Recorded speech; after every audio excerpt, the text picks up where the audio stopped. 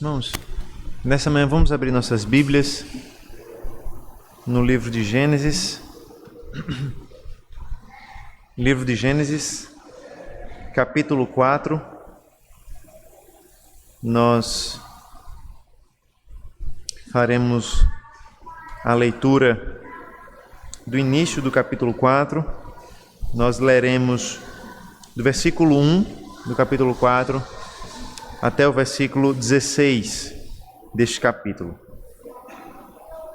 Gênesis capítulo 4, nós faremos a leitura a partir do versículo 1 desse texto, desse capítulo,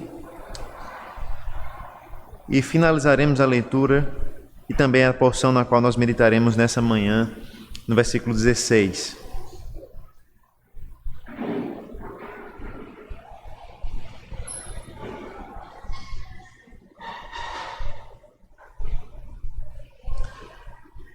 Ouça com atenção, com fé, o que a palavra de Deus nos diz.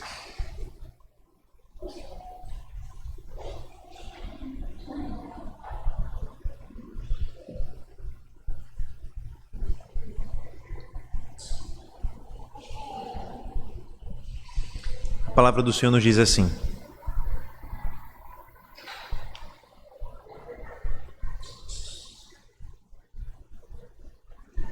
Adão teve relações com Eva, a sua mulher.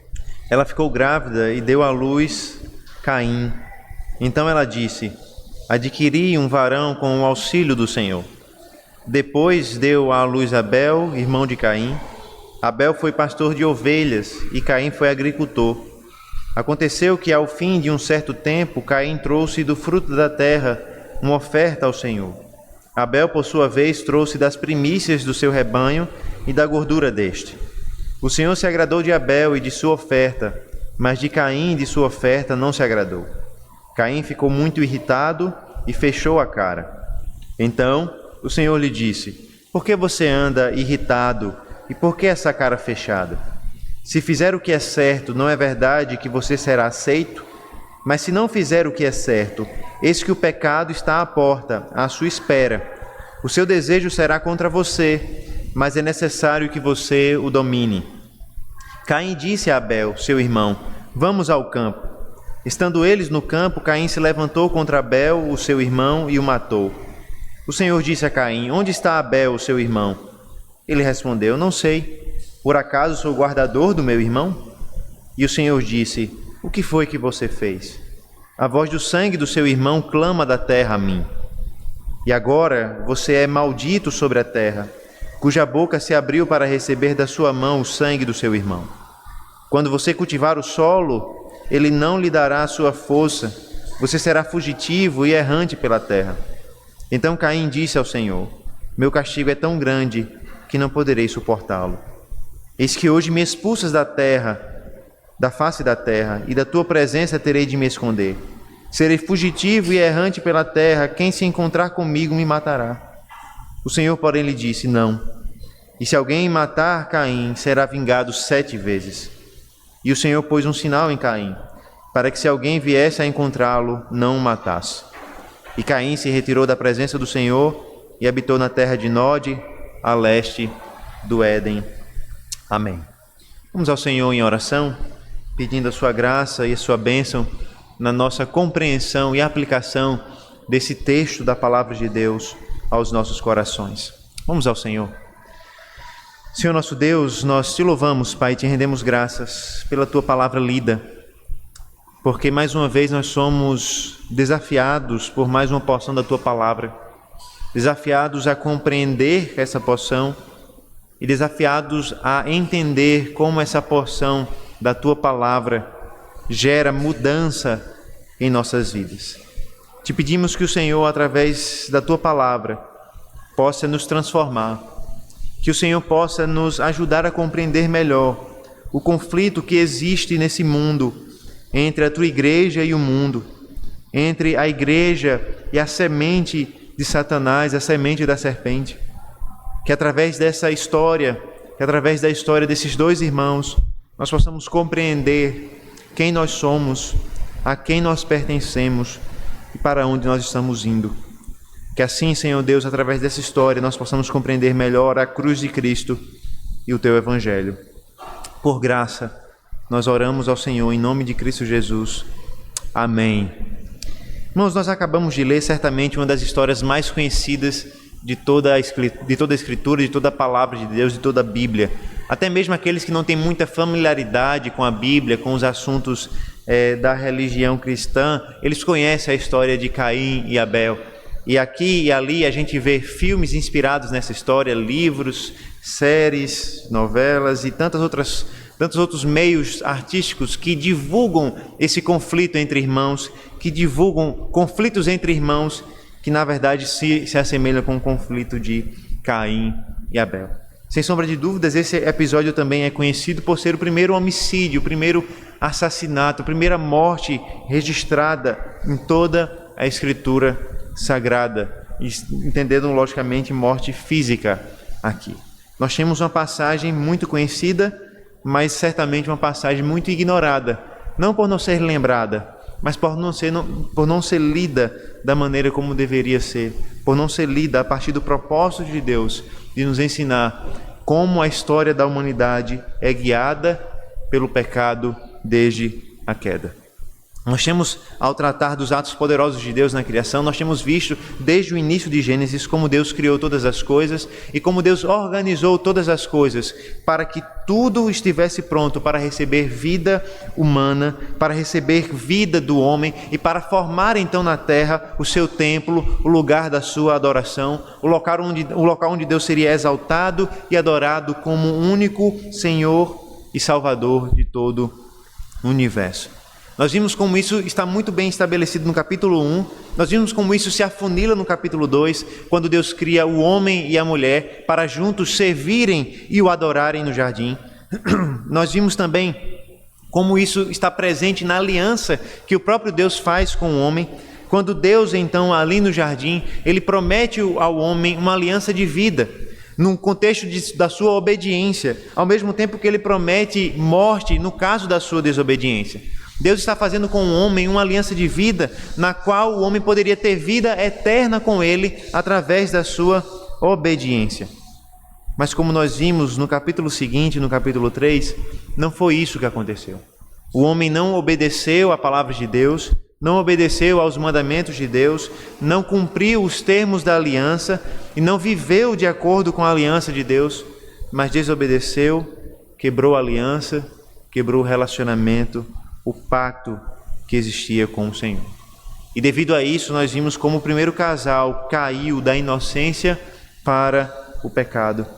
E nós vimos como a partir daquele momento o pecado entra no mundo com todas as suas consequências, com a vergonha, com o medo.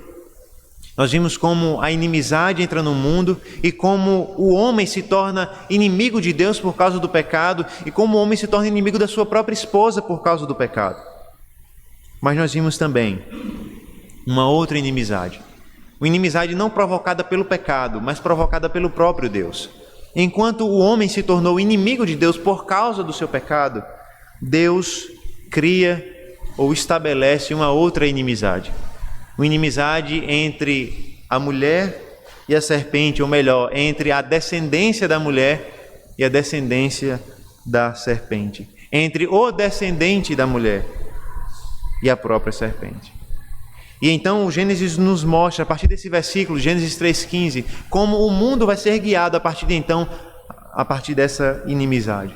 Como o mundo então, como a história da humanidade vai ser guiada a partir dessa inimizade, a partir desses dois grupos, dessas duas descendências, dessas duas sementes. E nós vemos que logo no capítulo 4, esse conflito, essa inimizade fica muito aparente, se torna nítida. Na história de Caim e Abel, nós vemos a inimizade anunciada se desenvolvendo. Nós vemos o conflito entre a semente da mulher e a semente da serpente se desenvolvendo e dando mais um passo na direção do ódio, da perseguição e da morte. O conflito que Deus estabeleceu não demorou muito para ser percebido. Logo no capítulo 4, a semente da mulher e a semente da serpente se chocam E ali nós observamos o primeiro episódio de ódio, perseguição e morte em toda a Escritura. Com isso em mente, nós meditaremos na história de Caim e Abel e nós aprenderemos nessa manhã que a semente da mulher, a igreja, sofre com o ódio e a perseguição da semente da serpente. A descendência da mulher, a igreja, o povo de Deus, sofre com o ódio e a perseguição de Satanás e do seu povo, da sua semente. Nós veremos isso em dois momentos. Primeiro, nós veremos que a igreja sofre com o ódio de Satanás e da sua descendência. Veja, nos primeiros versículos de Gênesis 4, nós vemos o desenvolvimento da família de Adão e de Eva. Como observamos, mesmo depois do pecado, Deus abençoou o casal, eles continuam casados, o casamento continuaria e Deus ainda adiciona a bênção dos filhos. Veja que nos versículos 1 e 2 do capítulo 4, nós vemos o nascimento de dois filhos, a Adão e Eva. Adão teve relações com Eva, a sua mulher. Ela ficou grávida e deu à luz a Caim. Então ela disse: adquiri um varão, um homem, com o auxílio do Senhor. Depois deu à luz a Abel, irmão de Caim. Abel foi pastor de ovelhas e Caim foi agricultor. No versículo 1 nós temos o fruto natural do casamento entre homem e mulher. Adão e Eva se conhecem de forma íntima e o resultado desse conhecimento íntimo, dessa relação íntima, é a concepção, a gravidez e o nascimento de um menino chamado Caim. E aqui, irmãos, é interessante que o nome Caim é poeticamente atrelado àquilo que sua mãe fala, e provavelmente o seu nome é fruto das próprias palavras da sua mãe. A sua mãe diz: adquiri um homem, um varão, com o auxílio do Senhor. E a palavra Caim, ou o nome Caim, parece derivar, ou se não deriva, ela tem uma mesma forma de ser falada que o verbo adquirir. Ou seja, o nome Caim é dado justamente por causa dessa poesia da mulher. Ela diz: adquiri um homem, adquiri um filho, um menino com o auxílio do Senhor. E aqui nós percebemos que Eva compreende muito bem o papel de Deus ao lhe conceder o filho. Ela compreende como a vida de Caim é de fato uma prova dos cumprimentos da promessa de Deus. Deus havia prometido no capítulo anterior que ele daria ao homem e à mulher filhos. Deus havia prometido que mesmo no pecado, Deus abençoaria homem e mulher com filhos. Ele diz: a gravidez seria com dores, a gestação seria difícil, mas ainda assim filhos nasceriam. E além disso, o próprio fato da gravidez ser com dores faz com que Eva agradeça ao Senhor. Porque Eva reconhece que se não fosse o auxílio do Senhor, se não fosse a graça do Senhor, se não fosse a ajuda do Senhor, ela não teria tido Caim. Caim nasceu porque Deus ajudou Eva. E ela reconhece muito bem. Ela louva ao Senhor porque Deus está lhe dando um filho. Ela louva ao Senhor porque mesmo em meio às dores, ela conseguiu gestar e dar à luz a um menino, a um homem chamado Caim. Depois de Caim, então, a Bíblia relata que Eva deu à luz a um outro filho, um menino chamado Abel. E aqui é interessante, irmãos, que o texto não registra nenhuma palavra da sua mãe em relação a ele. Em relação a Caim, a Bíblia registra que Eva disse: adquiri um homem com o auxílio do Senhor. E provavelmente Caim vem dessa frase. O nome Caim vem dessa frase. Mas em relação a Abel, a sua mãe não fala nada, ou pelo menos a Bíblia não registra nada. Algo interessante de lembrar é que o nome Abel significa sopro, fumaça, que nós encontramos tantas vezes no livro de Eclesiastes.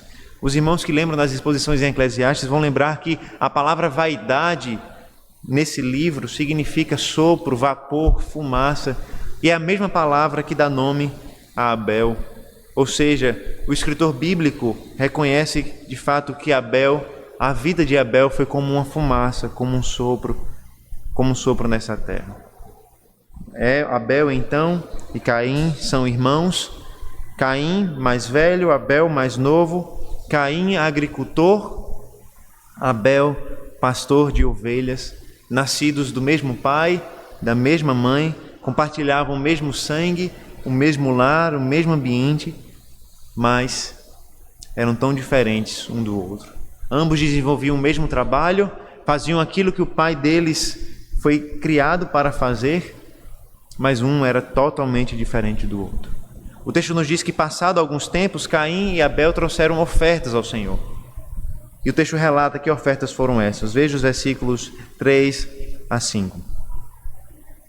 Aconteceu que, ao fim de um certo tempo, Caim trouxe do fruto da terra uma oferta ao Senhor. Abel, por sua vez, trouxe das primícias do seu rebanho e da gordura deste.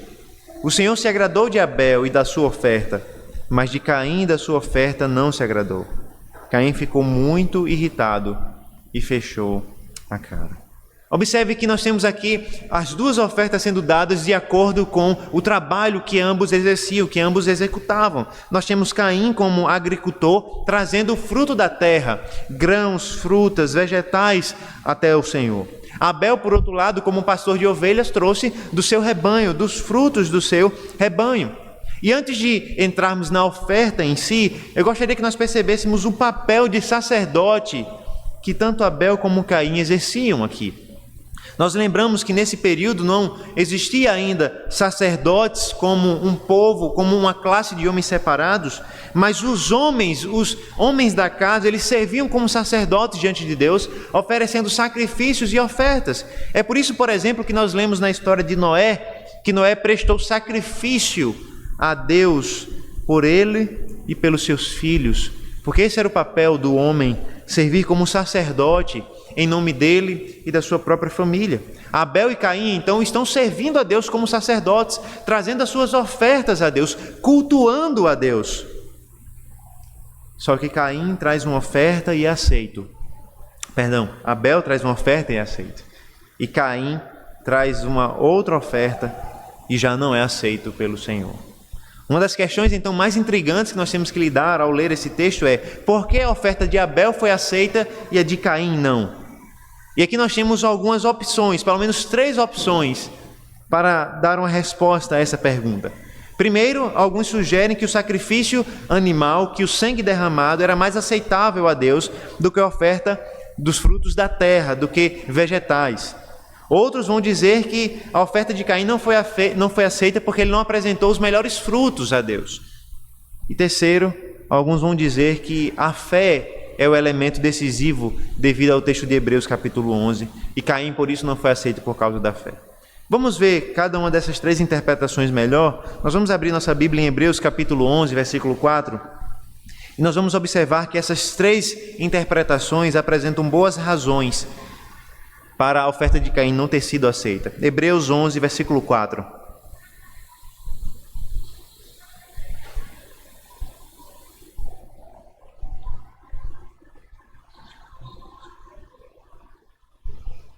Assim diz a palavra de Deus, Hebreus 11, 4. Pela fé, Abel ofereceu a Deus um sacrifício mais excelente do que Caim, pelo qual obteve testemunho de ser justo, tendo a aprovação de Deus quanto às suas ofertas. Por meio da fé, mesmo depois de morto, ainda fala. Aqui, irmãos, por esse texto de Hebreus, claramente a fé é um elemento fundamental na compreensão da aceitação de Abel. Abel foi aceito por causa da sua fé, certamente. E Caim, logicamente o texto demonstra aqui, não possuía essa mesma fé. Enquanto Abel possuía essa fé e foi aceito por Deus, Caim não demonstrava possuir a mesma fé, pelo contrário, o texto nos diz que pela fé Abel ofereceu um sacrifício mais excelente do que o sacrifício de Caim. Desta forma, nós compreendemos que a fé é um elemento fundamental para compreendermos por que a oferta de Abel foi aceita e a de Caim não. Abel ofereceu sua oferta com fé. Ele cultuou e adorou a Deus com fé. E aqui, irmãos, nós já percebemos como no nosso serviço de sacerdócio a Deus, a fé é fundamental. Nós estamos observando como Abel e Caim servem a Deus como sacerdotes, como eles servem a Deus em culto, como eles adoram ao Senhor. E nós aprendemos na Escritura Sagrada, especialmente no Novo Testamento, inclusive no livro de Hebreus, que os crentes são sacerdotes de Deus, chamados para oferecerem um culto racional ao Senhor, para oferecerem oferta do seu próprio coração a Deus. E a história de Caim e de Abel nos lembra que nesse serviço a Deus, nós precisamos de fé. Se nós queremos servir a Deus como seus sacerdotes, se nós queremos ofertar um culto agradável a Deus, se nós queremos ofertar as nossas vidas como sacrifícios a Deus em culto e adoração ao Senhor, a fé é um elemento indispensável. A fé é fundamental. Por causa da sua fé, Abel foi aceito. Por causa da sua fé, a sua oferta foi aceita. E por causa da sua não fé, da sua falta de fé, Caim não foi aceito. Por isso, nós precisamos compreender que se nós queremos honrar o Senhor e glorificar o nome do Senhor em culto e adoração, a fé é um elemento fundamental. O nosso culto ele não deve ser belo externamente, mas sem fé em nossos corações. O nosso culto não deve ser agradável aos olhos e aos ouvidos para aqueles que ouvem e veem, sem a presença de fé. Certamente cultos assim não são aceitáveis e nem são agradáveis ao Senhor. Deus se agrada daqueles que ofertam seu coração através da fé por meio de Cristo Jesus.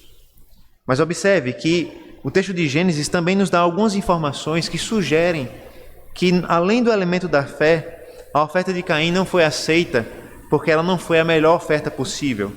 Quando nós olhamos para a oferta de Caim, ao lado da oferta de Abel, nós reconhecemos que o texto faz questão de detalhar o que Abel ofertou, numa tentativa, provavelmente, de nos mostrar como Abel deu uma oferta melhor do que a oferta de Caim.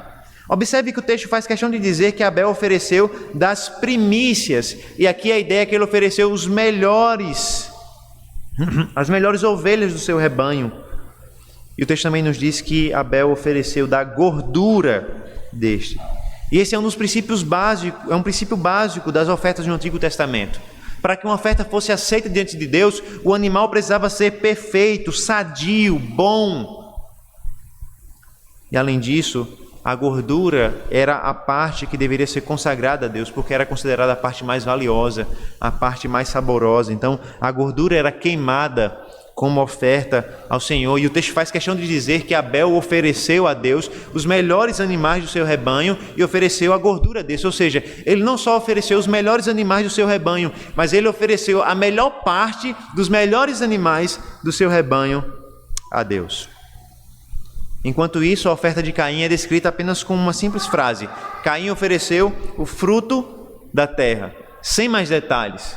E a ausência desses detalhes nos faz perceber que a oferta de Caim não foi tão especial ou tão qualificada como a oferta de Abel. Esse contraste, tantos detalhes para mostrar que Caim deu uma oferta tão boa e nenhum detalhe para a oferta de Caim, nos fazem perceber que o autor bíblico tem alguma intenção aqui. E parece que ele está nos mostrando que Caim não deu uma oferta tão preocupada, tão detalhada, tão especial como Abel havia separado para Deus. Nós devemos lembrar ainda de um outro ponto a respeito disso. Nós vimos que a fé é fundamental, nós vimos que o texto sugere que a oferta de Caim não foi a melhor que ele poderia oferecer, mas há ainda uma outra questão.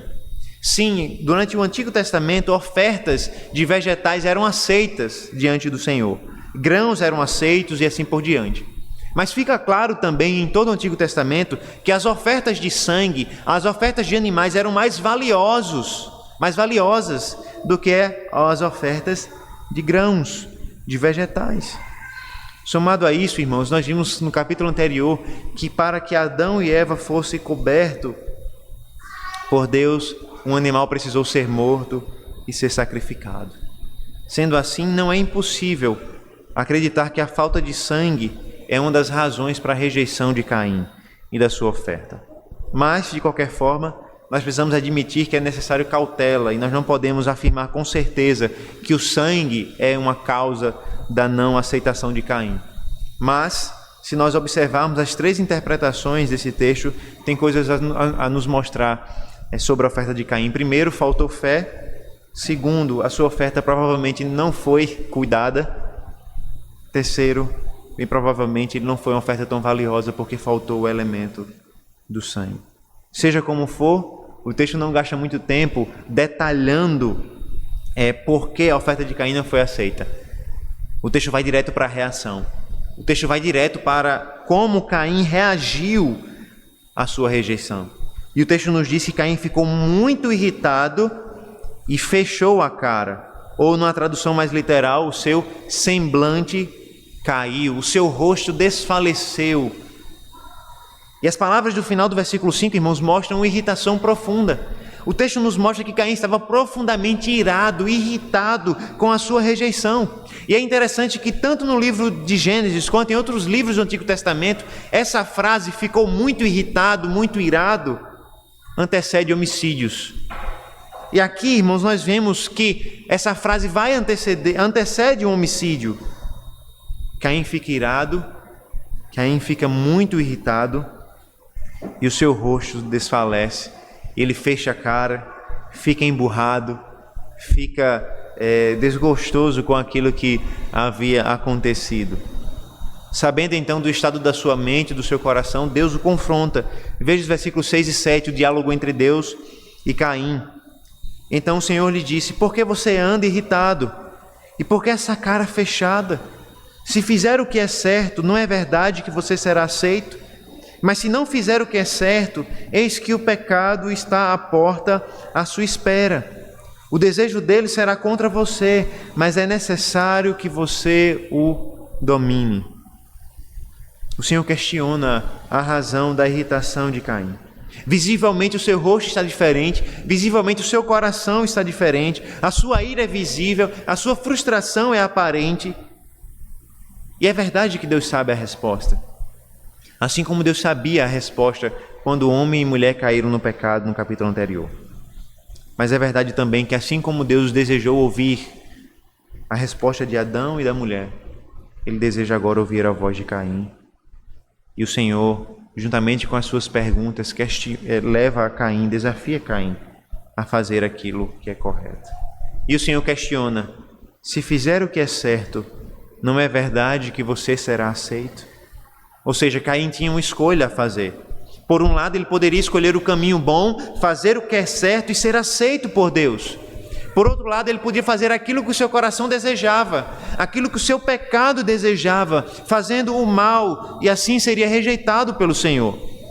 E aqui o texto faz questão de nos colocar essa imagem do pecado. O texto nos diz que o pecado estava à porta de Caim, à espera de Caim. A imagem é que o pecado está ali como uma oferta que foi deixada na porta de alguém, para que Caim pudesse então tomar o pecado e desfrutar do pecado. Veja que Deus inclusive afirma que o desejo do pecado seria contra Caim. E aqui nós começamos, irmãos, a observar um detalhe interessante sobre o capítulo 4 de Gênesis em relação ao capítulo 3. Quando nós lemos os dois capítulos, um em seguida do outro, nós começamos a perceber como as palavras do capítulo 4 são parecidas, são semelhantes com as palavras do capítulo 3. As duas passagens, irmãos, têm muitas semelhanças, e isso não é por acaso. As duas passagens foram escritas para serem uma lida ao lado da outra. Elas são correspondentes, elas têm a mesma estrutura. O Senhor então coloca diante de Caim, a sua decisão. Quando nós lemos no capítulo 3, Deus disse à mulher: o seu desejo será contra o seu marido, mas você deve dominá-lo. Agora Deus diz a Caim: o pecado, o desejo do seu pecado é contra você, mas você deve dominá-lo. Ou seja, Caim teria que dominar o seu desejo de ódio. Caim deveria dominar a sua ira. Caim deveria dominar a sua irritação. Assim, irmãos, como nos é dito que o desejo da mulher seria dominar o seu marido, agora o texto está nos dizendo que o desejo do pecado seria dominar Caim. E ele precisava resistir a esse desejo. E o que nós vemos, irmãos, nessa passagem é o ódio característico da semente da serpente. É o ódio característico de Satanás e do seu povo, daqueles que pertencem a ele. Caim tem o ódio no seu coração. Caim tem ira no seu coração e ele precisa dominá-lo. E aqui, irmãos, nós somos ensinados como quando nós não controlamos a nossa ira e a nossa raiva, as consequências são inimagináveis. Quando nós não controlamos a nossa ira, Quando nós não controlamos o nosso ódio, o resultado sempre é a morte, ou a nossa própria morte, ou a morte do outro. Quando nós não controlamos o nosso pecado, quando nós não dizemos basta aos desejos maus do nosso coração, as consequências são terrivelmente graves. O texto nos ensina que Caim tinha um desafio pela frente. Ele deveria dominar o seu coração. Ele deveria dominar o seu ódio, o seu desejo mau. Infelizmente, nós já sabemos que Caim não fez isso. Caim se entregou ao seu desejo. Ele cedeu à tentação e ele matou o seu irmão. Através disso, nós veremos que, além do ódio, uma característica da igreja é que ela sofre com a perseguição de Satanás e da sua descendência. A igreja, além de sofrer com ódio, ela sofre com a perseguição de Satanás e da sua descendência. Veja que no versículo 8, o texto nos mostra que, apesar das advertências divinas, Caim cedeu ao seu coração. Caim disse a Abel, seu irmão, vamos ao campo. Estando eles no campo, Caim se levantou contra Abel, o seu irmão, e o matou. E aqui, irmãos, veja a forma breve como a morte de Caim é descrita aqui. E aqui nós vemos mais uma vez a semelhança do capítulo 3 com o capítulo 4 de Gênesis. Os irmãos vão lembrar que a queda no capítulo 3 de Gênesis é descrita de uma maneira muito breve. O texto nos diz apenas que a mulher tomou do fruto, comeu, deu ao seu marido e ele comeu. E assim a queda é descrita. E a maior parte do tempo é gasto descrevendo o diálogo entre Deus e o homem depois da queda. Aqui, da mesma forma, nós vemos essa descrição breve do pecado. De maneira muito breve e rápida, o texto nos ensina que Abel matou seu irmão de forma covarde e cruel. O texto nos diz que ele levou seu irmão para o campo e ali no campo ele se voltou contra ele e matou o seu próprio irmão. E o pecado então avança para um novo patamar na história da humanidade. Mais uma vez o homem cedeu aos seus desejos. Mais uma vez o homem cedeu à tentação. Agora não mais para comer o fruto proibido, mas agora para tirar a vida do seu próximo com a própria mão. O conflito avança, a inimizade avança, o pecado avança, de maneira que o ódio toma conta da humanidade e o irmão mata o outro. O que se segue depois dessa cena trágica, dessa tragédia, é um diálogo entre Deus e Caim, mais outro diálogo entre Deus e Caim. E nessas palavras nós vamos ver as consequências do pecado e também a dissimulação de Caim. Veja nos versículos 9 a 12, esse diálogo interessante entre Deus e Caim depois do pecado. O Senhor disse a Caim, onde está Abel, o seu irmão? Ele respondeu, não sei, por acaso sou guardador do meu irmão? E o Senhor disse, o que foi que você fez? A voz do sangue do seu irmão clama da terra a mim. E agora você é maldito sobre a terra, cuja boca se abriu para receber da sua mão o sangue do seu irmão. Quando você cultivar o solo, ele não lhe dará a sua força. Você será fugitivo e errante pela terra. As semelhanças entre o capítulo 3 e 4, mais uma vez, são aparentes aqui. Porque o diálogo entre o Senhor e Caim é muito parecido com o diálogo entre Deus e o homem. Na queda, Deus questionou o homem, onde você está? Porque o homem estava escondido no jardim.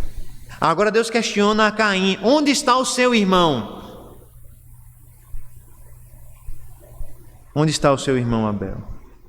E da mesma forma como, ao ser questionado, o homem passou a transferir a sua culpa para a mulher e para o próprio Deus, Caim também transfere a culpa, Caim também se exime da responsabilidade. Ele diz, não sei, eu sou por acaso guardador, cuidador, tutor do meu irmão?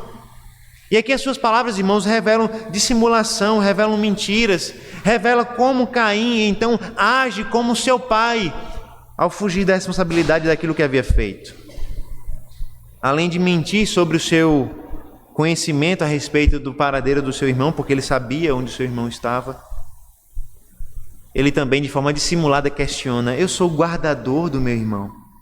E aqui nós vemos a falta de amor de Caim, e nós vemos também sua falta de temor a Deus quando ele age de forma dissimulada diante do próprio Senhor.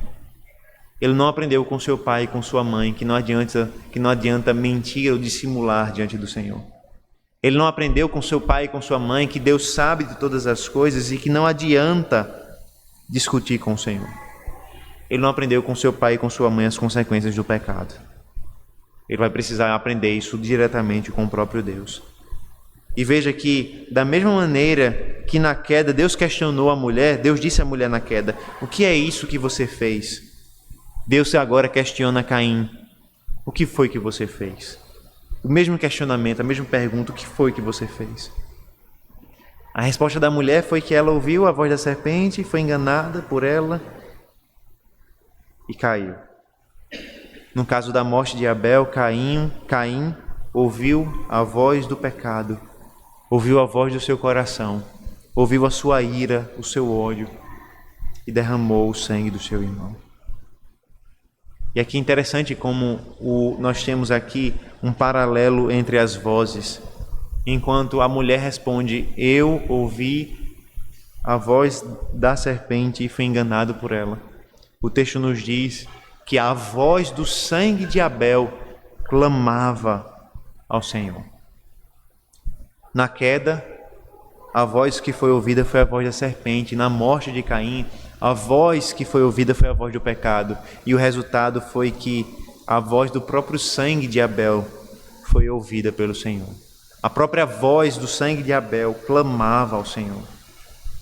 E o resultado, irmãos, assim como no capítulo 3, o resultado do pecado foi novamente a maldição.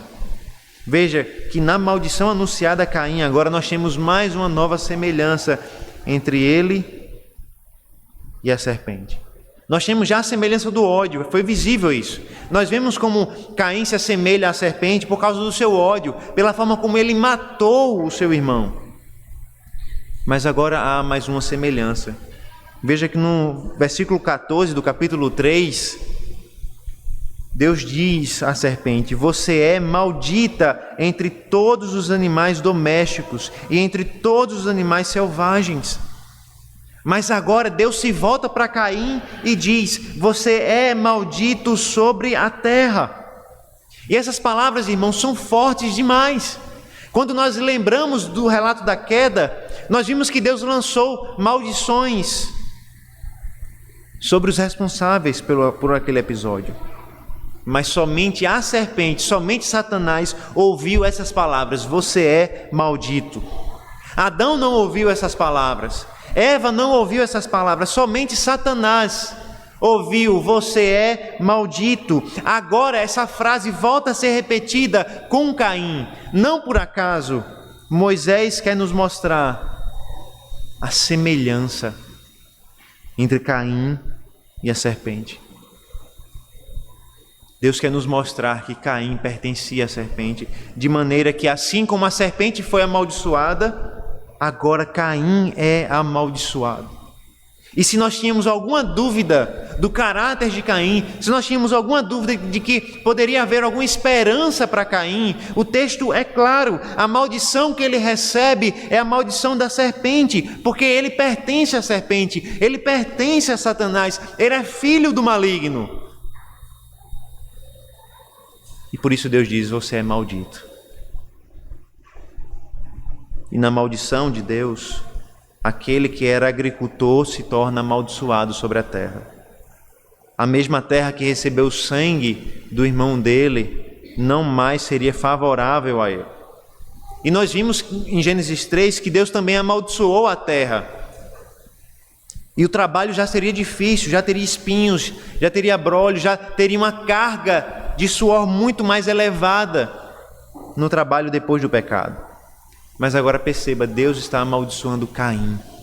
E Deus está dizendo que a terra não seria difícil para ele, como era para todos os homens, seria pior. A terra para ele não daria mais o seu fruto. Veja, Caim tirava o seu fruto da terra, tirava o seu sustento da terra, mas Deus está dizendo: procure outra coisa para fazer, porque a terra não vai dar mais o seu sustento.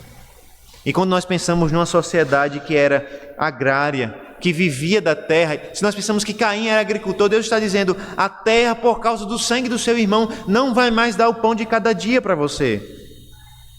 E por causa disso, Caim está fadado, condenado a viver como um nômade, como um fugitivo. Afinal de contas, se a terra que ele vive não pode produzir frutos, ele precisa agora viver fugindo, indo de terra em terra, tentando encontrar alimento por onde ele passasse.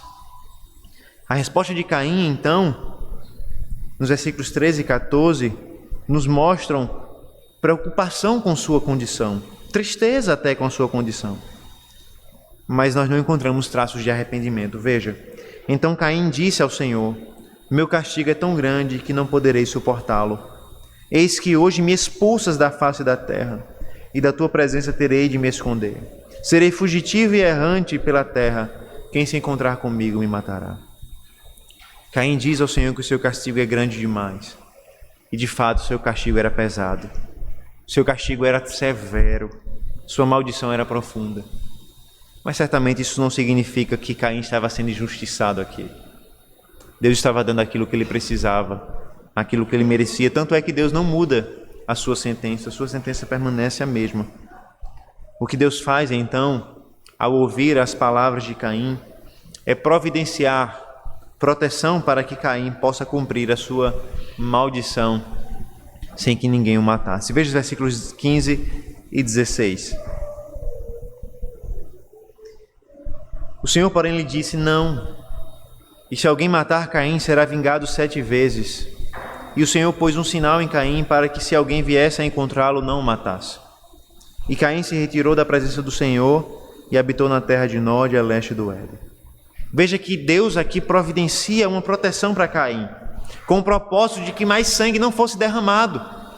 O que aconteceria, irmãos, bem provavelmente, como Caim ele constata, é que alguém mataria Caim. Caim matou o seu irmão e provavelmente alguém vingaria Abel.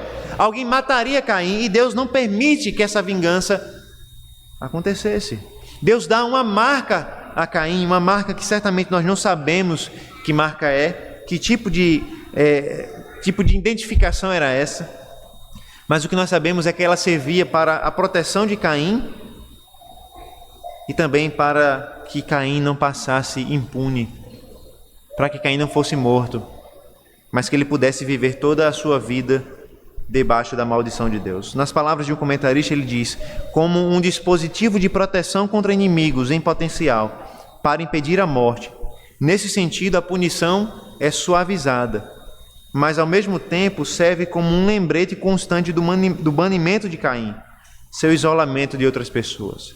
Ou seja, Deus não muda a sentença continua a mesma, mas Deus então protege Caim para que ele não seja morto, não seja vingado, não seja vítima da vingança. Mas ao mesmo tempo Deus garante que Caim vai cumprir a sua pena, vai cumprir a sua maldição, vai cumprir a sua sentença até o seu último dia de vida. Ao mesmo tempo que esse sinal parece ser um ato de misericórdia, ele serve para garantir que Caim viverá a sua maldição por causa do assassinato do seu irmão. Por fim, então, o texto nos diz, que Caim se retirou da presença do Senhor e habitou na terra de Nod. E aqui nós vemos mais uma semelhança do capítulo 4 com o capítulo 3. Essa é a mesma sequência que o homem experimentou na queda. O homem pecou contra Deus, foi desafiado por Deus, ouviu as maldições de Deus e então foi expulso da presença de Deus, expulso do jardim. Agora o texto nos diz, o próprio Caim reconhece que o Senhor havia o retirado da presença dele. O Senhor o havia expulsado da presença dele. E ele viveria então como alguém que era errante, como alguém que vagava pelo mundo então. E ele é afastado ainda mais do jardim do Éden. E o texto nos diz que ele vai ainda mais para o oriente, vai ainda mais para leste do Éden. E a imagem aqui é clara: se seus pais já foram retirados do Éden, se eles já foram afastados da presença de Deus, Caim é afastado ainda mais. Caim vai para mais longe ainda. Caim é ainda mais afastado da presença de Deus. Porque Caim agora é maldito sobre a terra. ele viveria como um fugitivo, como um errante por esse mundo, sem lugar fixo, amaldiçoado por Deus. Interessante que o texto nos diz que ele habitou na terra de Nod, mas a palavra Nod significa errante, significa vagar. Em outras palavras, a gente não sabe se essa é um lugar de fato ou se essa é apenas uma descrição de que Caim habitou sem um lugar fixo, se ele habitou vagando por aí. Fato é que Caim mostrou seu ódio e levou o seu ódio até as últimas consequências ao perseguir e matar o seu irmão. Eu gostaria que você abrisse a sua Bíblia agora comigo em 1 João, no capítulo 3,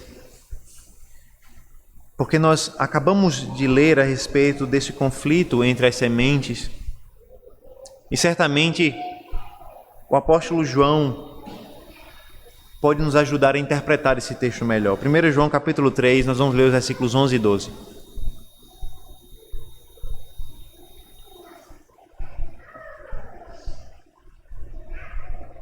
João 3, nós vamos ler o versículo 12. 1 João 3, 12, diz assim a palavra de Deus: Não sejamos como Caim, que era do maligno e matou o seu irmão. E por que o matou? Porque as suas obras eram más e as do seu irmão eram justas. Irmãos, não se admirem se o mundo odeia vocês. Como nós já sabemos, irmãos, Caim de fato matou, assassinou o seu irmão. E aqui João faz questão de nos dizer, faz a questão de usar uma palavra que é muito forte. Ele indica que Caim matou de forma cruel, de forma brutal ao seu irmão. E por que João?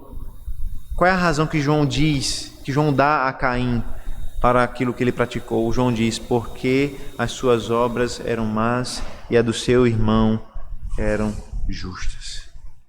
Veja a descrição da maldade de Caim através das palavras do apóstolo João.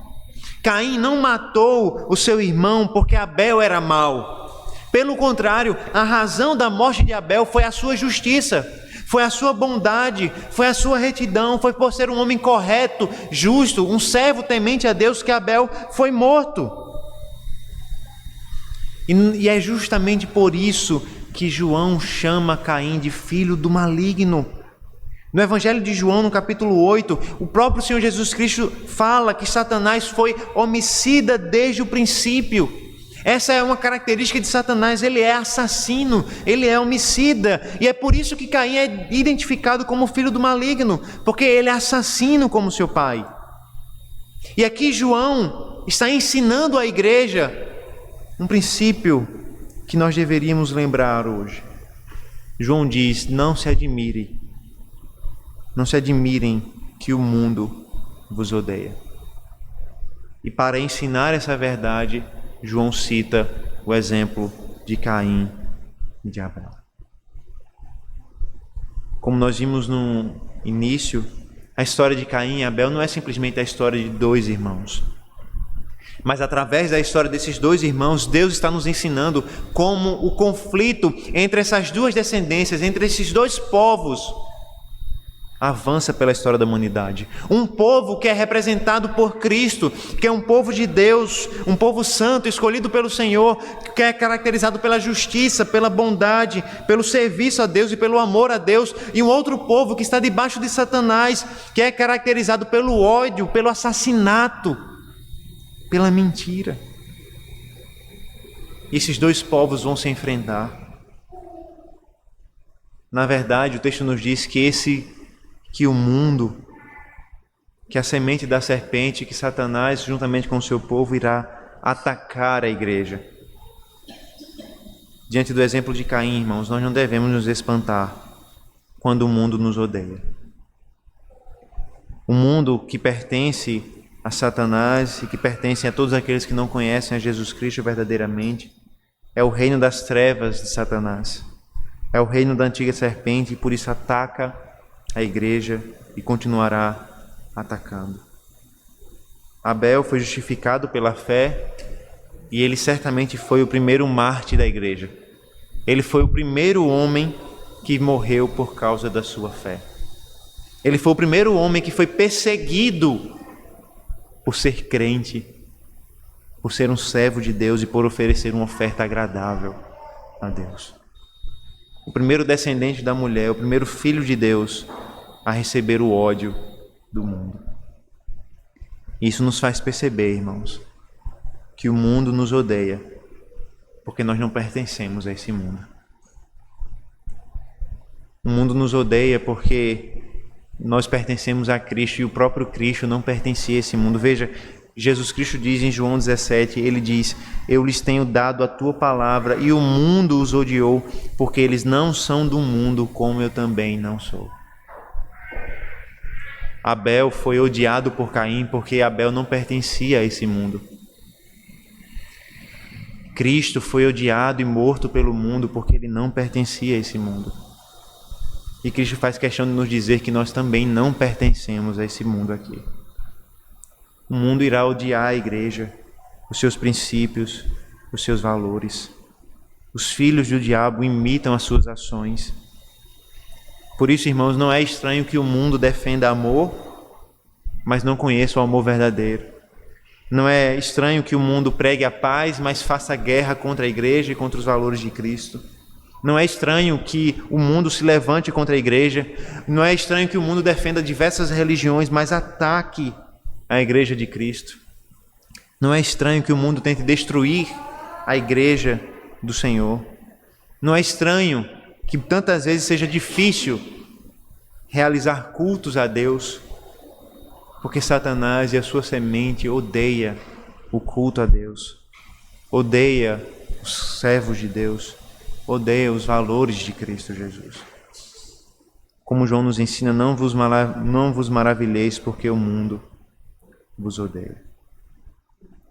Na verdade, irmãos, quando nós lemos a história de Abel e de Caim, nós somos confortados, porque nós lembramos que o ódio do mundo não é por outra razão, senão porque nós não pertencemos a esse mundo. Nós não pertencemos a Satanás. Nós não somos parte do seu povo, nós não somos parte da sua descendência. Jesus Cristo não pertenceu a esse mundo e nós também não pertencemos a esse mundo. Pela fé em Cristo Jesus nós somos salvos. Nós somos resgatados do reino de Satanás. Nós somos resgatados do meio da semente da serpente. Nós somos resgatados do meio do reino das trevas, do meio do povo de Satanás, para pertencer a um outro povo, para pertencer a uma outra nação, para estar debaixo de um outro Senhor. Por meio da fé em Cristo, nós deixamos o reino do maligno e passamos para o reino da luz. Pela fé em Cristo Jesus, nós que éramos parte desse mundo tenebroso, deixamos de fazer parte dele. Pela fé em Cristo, nós nos separamos de Caim e nós nos unimos a Abel. Pela fé em Cristo, nós nos unimos a Abel.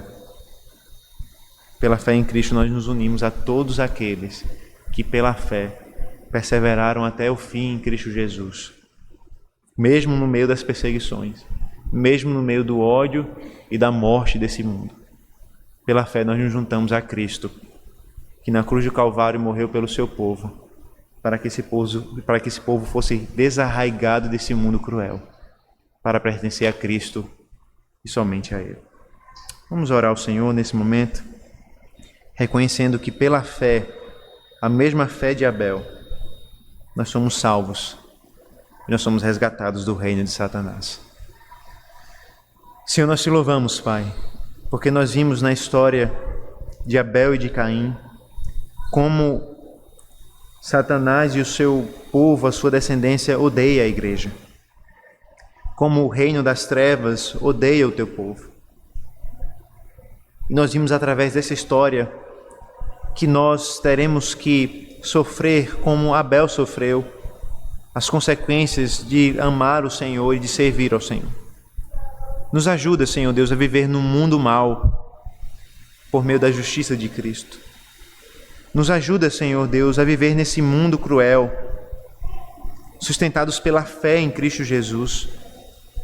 Nos ajuda, Senhor Deus, a espelharmos a fé de Abel, A fé que nos tirou das trevas para a tua luz, que nos tirou do meio da semente da serpente para nos fazer parte de um outro povo. Nos ajuda, Senhor Deus, a imitarmos Abel na sua fé, para que através da fé nós possamos conhecer a Cristo e estarmos então firmes e fortes para enfrentar o ódio e a perseguição desse mundo. Fortalece a tua igreja. Em Cristo Jesus nós te oramos. Amém.